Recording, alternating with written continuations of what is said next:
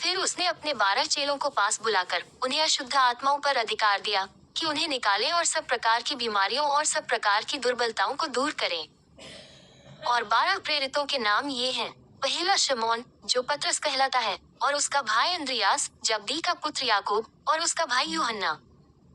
फिलिप्पुस और बरतुल्मै, थोमा और महसूल लेने वाला मत्ती, हल्फे का पुत्र याकूब और तद्दै, शमौन कनानी, और यहूदा इस्करियोती, जिसने उसे पकड़वा भी दिया। इन 12 को यीशु ने यह आज्ञा देकर भेजा कि अन्यजातियों की ओर न जाना और सामरियों के किसी नगर में प्रवेश न करना, परंतु इस्राएल के घराने ही की खोई हुई भेड़ों के पास जाना।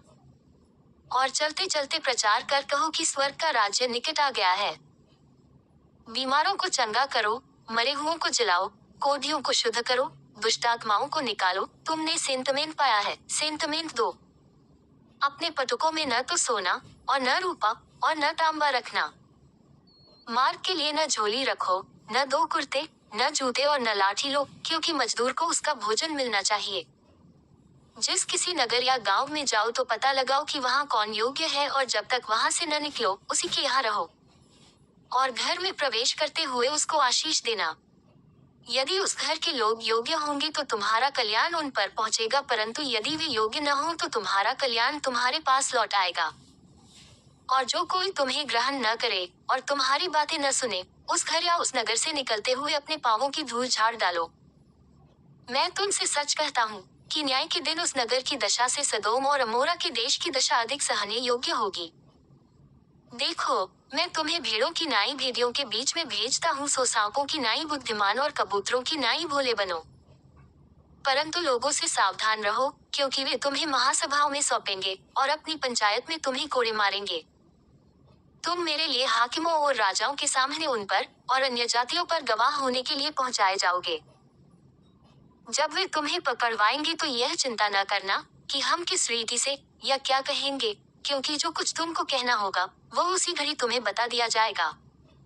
क्योंकि बोलने वाले तुम नहीं हो, परंतु तुम्हारे पिता का आत्मा तुम में बोलता है। भाई भाई को और पिता पुत्र को घात के लिए सौंपेंगे, और लड़के वाले माता पिता के विरोध में उठकर उन्हें मरवा डालेंगे। मेरे नाम के कारण सब लोग तुमसे बैर करेंगे, पर जो अंत तक धीरज धरे रहेगा उसी का उद्धार होगा। जब वे तुम्हें एक नगर में सताएं तो दूसरे को भाग जाना। मैं तुमसे सच कहता हूँ, तुम इसराइल के सब नगरों में न फिर चुकोगे कि मनुष्य का पुत्र आ जाएगा। चेला अपने गुरु से बड़ा नहीं, और न दास अपने स्वामी से। चेले का गुरु के और दास का स्वामी के बराबर होना ही बहुत है। जब उन्होंने घर के स्वामी को शैतान कहा तो उसके घर वालों को क्यों न कहेंगे। सो उनसे मत डरना, क्योंकि कुछ ढपा नहीं जो खोला न जाएगा, और न कुछ छिपा है जो जाना न जाएगा। जो मैं तुमसे अंधियारे में कहता हूँ उसे उजियाले में कहो, और जो कानों कान सुनते हो उसे कोठों पर से प्रचार करो। जो शरीर को घात करते हैं पर आत्मा को घात नहीं कर सकते, उनसे मत डरना, पर उसी से डरो जो आत्मा और शरीर दोनों को नरक में नाश कर सकता है। क्या पैसे में 2 गौरैया नहीं बिकती, तो भी तुम्हारे पिता की इच्छा के बिना उनमें से एक भी भूमि पर नहीं गिर सकती। तुम्हारे सिर के बाल भी सब गिने हुए हैं। इसलिए डरो नहीं, तुम बहुत गौरैयों से बढ़कर हो। जो कोई मनुष्यों के सामने मुझे मान लेगा उसे मैं भी अपने स्वर्गीय पिता के सामने मान लूंगा।